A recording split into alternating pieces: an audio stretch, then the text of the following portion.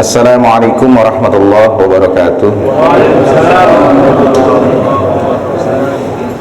Alhamdulillah. Alhamdulillahilladzi ja'ala ramadhana siyamal muslimin wa qiyamal muttaqin. Asyhadu an la ilaha illallah iyyahu na'budu wa iyyahu nasta'in. Wa asyhadu anna Muhammadan 'abduhu wa rasuluhu al-mab'uts rahmatan lil 'alamin. Allahumma shalli wa sallim ala nabiyyina Muhammadin wa ala alihi wa ashabihi ajma'in.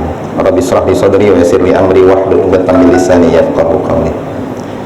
Bapak Ibu jamaah salat Isya dan tarawih yang dimuliakan Allah, alhamdulillah kita patut bersyukur kepada Allah Subhanahu wa taala yang telah mempertemukan kita dengan Ramadan di tahun ini. Banyak di antara saudara, kerabat, teman yang hari ini tidak bisa bersama-sama dengan kita karena berbagai hal, bahkan sudah dijemput oleh Allah Subhanahu wa taala. Kemudian apa yang terjadi? Catatan pahala dan dosa sudah direkap, kemudian akan menjadi pertanggungjawaban di hadapan Allah Subhanahu wa taala. Beruntungnya kita pada hari ini kita masih diberikan kesempatan untuk bisa memperbaiki, mencoba untuk memetakan kembali apa yang masih menjadi kekurangan, apa yang harus diperbaiki, dan apa yang perlu ditingkatkan.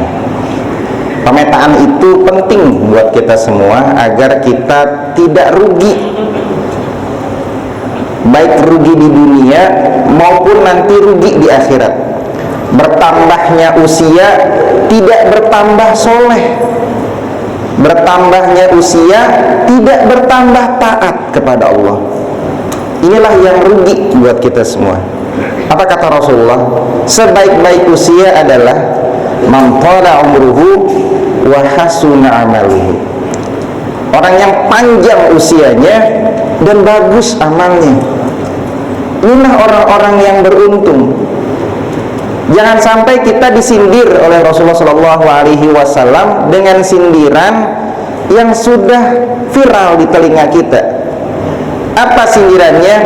Kam min shaimin laisa lahu min siyamihi illal ju'i wal 'atsh. Berapa banyak orang yang puasa, tiap tahun ketemu Ramadan, tiap tahun berbuka puasa, tiap tahun pulang kampung, tiap tahun lebaran. Kam min shaimin laisa lahu min siyamihi, mereka tidak mendapatkan apapun illal ju'i wal 'atsh. Berapa banyak yang tidak mendapatkan apapun kecuali rasa lapar dan rasa haus. Berpuasa seperti ini rugi. Berpuasa yang hanya mendapatkan lapar dan haus tanpa mendapatkan ganjaran di sisi Allah Subhanahu wa taala rugi. Bertambahnya umur tidak bertambah catatan pahala di sisi Allah rugi. Kenapa bisa begitu? Kenapa bisa terlewatkan Ramadan kemudian hanya mendapatkan lapar dan haus saja? Pada kesempatan malam ini kita akan bahas paling tidak ada 5 faktor. Orang-orang yang rugi melewati Ramadan itu, yang pertama adalah orang yang berjumpa dengan Ramadan tapi tidak mendapatkan ampunan Allah. Apa kata Rasulullah? Celakalah orang yang berjumpa dengan Ramadan, dakhala alaihi Ramadan summa insalaka, kemudian dia berakhir Ramadan itu belum mendapatkan ampunan dari dosa-dosanya. Hadis riwayat Tirmizi. Kok ada orang yang masuk Ramadan dosanya belum diampuni? Ternyata salah satu sebabnya adalah mereka tidak mampu meninggalkan kebiasaan buruk, tidak mampu meninggalkan perzinahan, tidak mampu meninggalkan judi, tidak mampu meninggalkan maksiat, sehingga pahala tidak dapat, dosa semakin bertambah, apalagi ampunan di sisi Allah Subhanahu wa taala. Jadi mereka rugi betul ketika dipertemukan dengan Ramadan, nggak dapat tuh sertifikat ampunan dari Allah. Allah mengeluarkan sertifikat. Ya mungkin bukan seperti kita, Tapi legalitas ampunan itu adalah jaminan bagi orang-orang yang berpuasa. Barang siapa yang berpuasa, maka Allah sendiri yang akan mengganjarnya, yang akan membalasnya. Allah turun langsung. Ketika di bulan Ramadan masih saja bermaksiat, ketika di bulan Ramadan ini korupsi masih jalan aja, ketika di bulan Ramadan ini perdagangan kok nggak habis-habisnya dicurangi, harga-harga semakin naik, padahal stoknya juga bertambah. Ramadan bukan menambah pahala, malah menambah dosa. Ini permainan para bisnismen yang harus diingatkan bahwa Ramadan ini sejatinya adalah bulan mengumpulkan pahala. Hadirin yang dimuliakan Allah Subhanahu wa taala, itulah orang pertama yang benar-benar rugi. Masuk Ramadan tidak mendapatkan apa-apa, apalagi ampunan di sisi Allah Subhanahu wa taala. Karena apa? Karena tidak mampu meninggalkan kejelekan yang selama ini dilakukan. Kemudian yang kedua, orang-orang yang tidak atau rugi melewati Ramadan ini adalah mereka yang bersantai melewati Ramadan. Bagi mereka atau kelompok ini tidak ada bedanya Ramadan dengan bulan-bulan yang lainnya, biasa-biasa saja. Tidak ada rasa kerinduan, tidak ada rasa pengharapan, tidak punya target. Maka bagi mereka, dalam hadis riwayat Tirmizi, fattaqus syahrul Ramadan, oleh sebab itu berhati-hatilah pada bulan Ramadan, fa innal hasanat tudha'af fihi ma la tudha'af fi ma siwahu kadzalika as-sayyi'at. Karena pahala di bulan Ramadan atau kebaikan demikian juga dengan ganjaran kejelekan akan dilipat gandakan. Ini hasil jelas. Jadi kalau kita bersantai-santai ria di bulan Ramadan, tahu kalau Ramadan ini adalah bulan kelipatan pahala, walaupun kita juga tidak mengharapkan catatan, wah pahala kita 1000, pahala kita 10.000, bukan itu orientasinya. Tapi mumpung Allah sediakan Ramadan buat kita, kemudian kita nggak punya target, yang biasanya ngaji cuman 1 halaman, kok nggak bisa ngaji 1 juz? Yang biasanya sholat fardu saja, kok nggak bisa sholat sunnah yang lainnya? Padahal ini adalah bulan benar-benar motivasi untuk beramal, bulan yang tahu bahwa keutamaannya begitu tinggi di hadapan Allah Subhanahu wa taala, sampai Rasulullah mengharapkan betul dan ngajarin kepada para sahabatnya supaya mendapatkan Ramadan. Dengan doanya Rasulullah, Allahumma barik lana fi Rajab wa Sya'ban wa balighna Ramadan. Minta diberkahi di bulan Sya'ban, bulan Rajab dan Sya'ban, dan minta dipertemukan dengan Ramadan. Itu doa dibaca 2 bulan sebelum Ramadan, berharap mudah-mudahan ketemu Ramadan. Ketika sampai Ramadan, disiapkan semuanya. Enggak lagi sibuk dengan nyari-nyari pakaian, enggak lagi sibuk nyiapin macam-macam, karena sudah disiapkan sebelumnya. Enggak repot dengan belanja, enggak repot dengan tawaf di Tanah Abang, enggak repot dengan diskon-diskon barang, enggak. Kenapa begitu? Karena dia punya persiapan. Sama seperti orang mau bertanding, dia sudah latihan sebelumnya. Orang yang bertanding tidak punya persiapan, pasti pertandingannya akan mengalami kekalahan. Kalau kita lihat ada orang main bola, dalam spil waktu yang hanya berapa menit, bagus betul permainannya. Padahal bagus permainannya itu karena latihan yang panjang. Tidak mungkin dia bagus permainannya kalau tidak latihan yang panjang. Hadirin yang dimuliakan Allah Subhanahu wa taala, pada hakikatnya kita juga hidup berlomba-lomba untuk menjadi yang terbaik. Fastabiqul khairat. Berlomba-lomba untuk berkontribusi yang terbaik. Bagaimana kita bisa berkontribusi? Bagaimana kita berprestasi kalau kita tidak pernah punya persiapan? Nah, hadirin dengan Allah Subhanahu wa taala, Pak, ini kan kadung, Pak. Puasa udah lewat 10 hari, masa masih pakai persiapan? Yang sudah lewat sudah. Kita tidak disibukkan dengan yang lainnya, apalagi santai. Lewat Ramadan begitu saja, habis waktu kita tanpa penambahan kualitas iman. Rugi betul. Kemudian yang ketiga, hadirin yang dimuliakan Allah, orang-orang yang rugi itu adalah orang yang sepanjang bulan Ramadan ini, baik siang maupun malamnya, tidak digunakan untuk berinteraksi dengan Al-Quran. Padahal syahrul Ramadan alladzi unzila fihil Quran, bulan Ramadan itu adalah bulan diturunkannya Al-Quran. Kalau kita tidak berinteraksi dengan Al-Quran, rugi betul. Kita mengharapkan dapat malam Lailatul Qadar, kita mengharapkan nanti mendapatkan syafaat, kita mengharapkan nanti ditolong oleh Allah Subhanahu wa taala melalui bacaan-bacaan Quran kita. Bagaimana Al-Quran akan menjadi penolong kita? Kita tidak pernah berinteraksi dengan Al-Quran. Dibaca Al-Qurannya. Apa kata Rasulullah? Iqra'il Quran fa innahu ya'ti yaumal qiyamah syafi'an li ashabih. Bacalah Al-Quran karena dia akan datang nanti di yaumil qiyamah sebagai syafi'an li ashabih, sebagai penolong, bantuan pada sahabat-sahabatnya. Li ashabihi. Siapa sahabat-sahabat Al-Quran?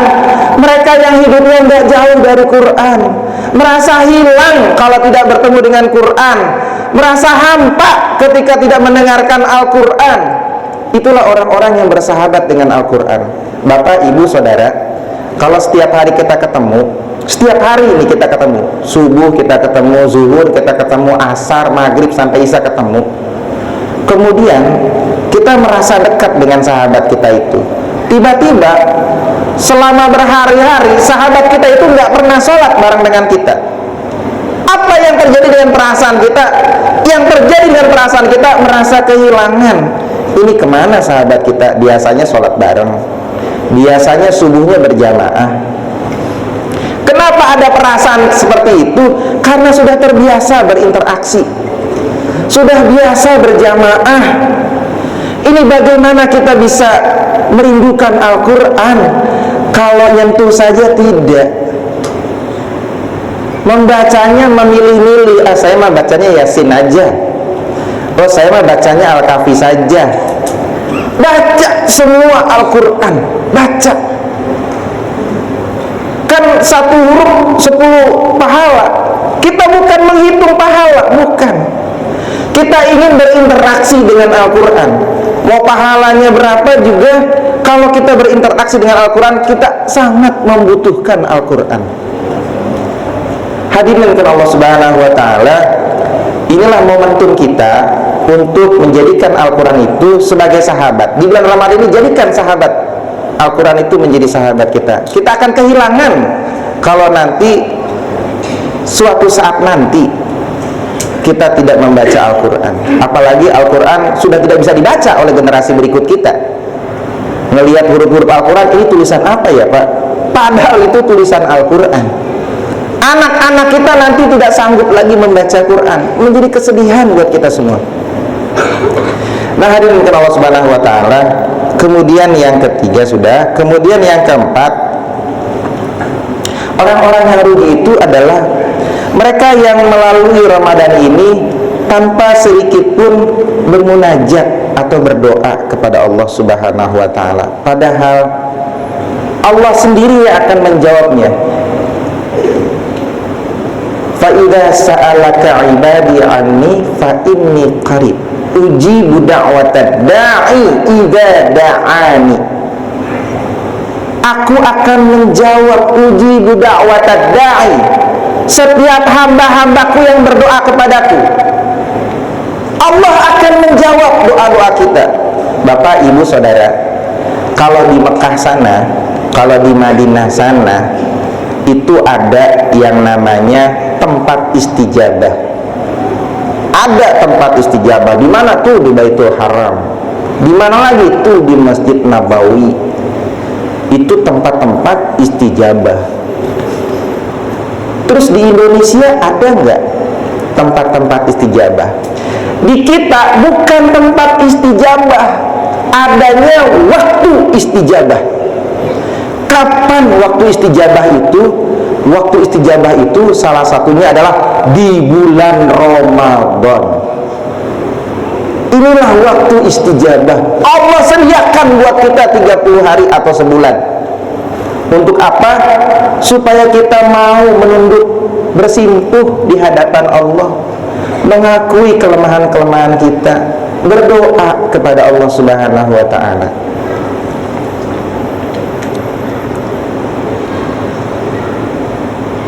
Dalam hadis yang diriwayatkan oleh Al-Bazzar, sesungguhnya Allah membebaskan beberapa orang dari api neraka pada setiap hari di bulan Ramadan, dan setiap muslim apabila dia memanjatkan doa, maka pasti Allah akan kabulkan. Fa inna likulli muslimin da'watan yad'u biha fastajaba lahu. Kalau ada seorang muslim yang berdoa di bulan Ramadan, fastajaba lahu, maka Allah akan mengabulkan doa-doanya. Manfaatkan Bapak Ibu, setiap malam, setiap ba'da tarawih, setiap setelah sholat fardu, kita doakan anak-anak kita.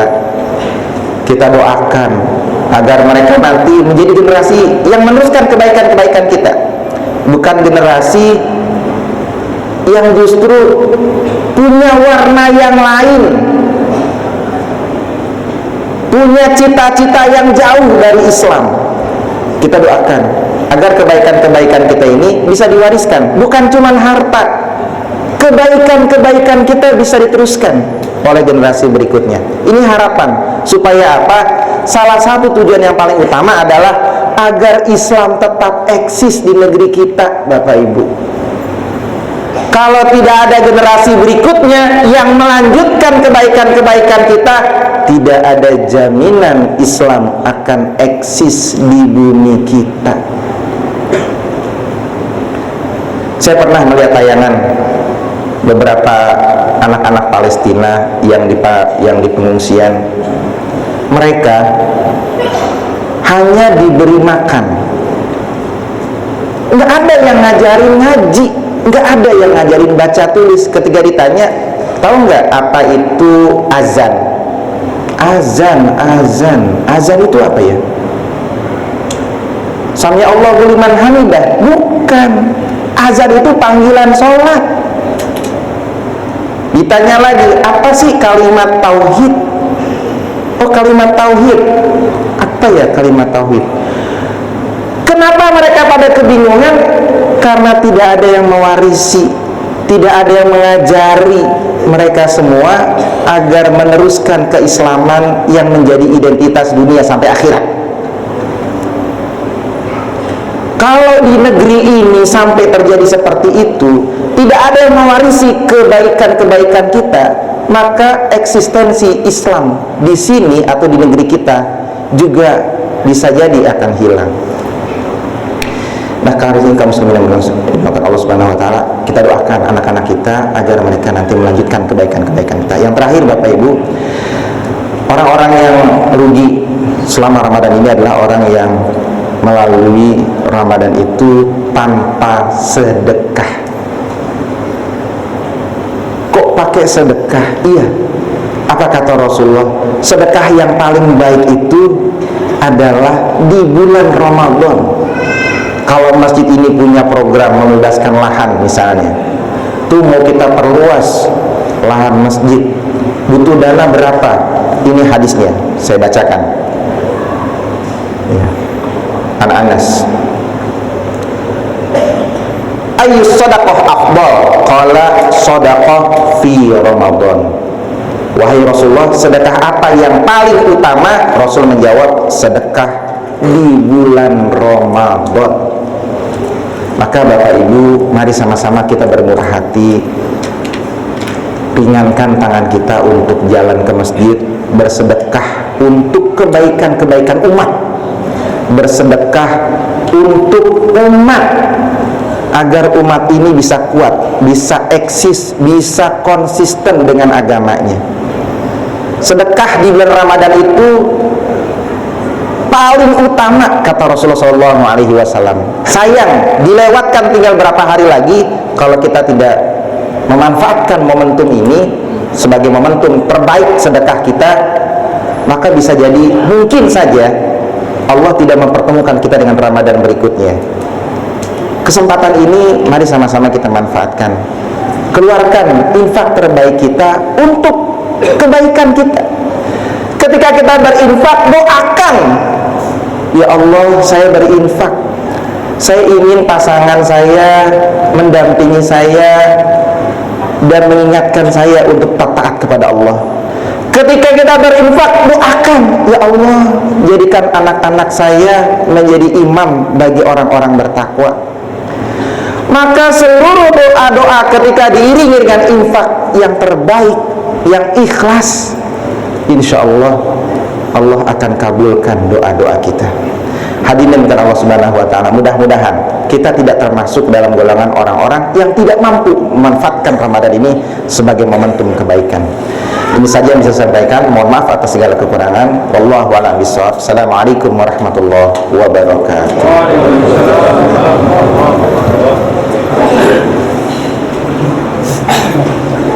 Ini gimana? Masih?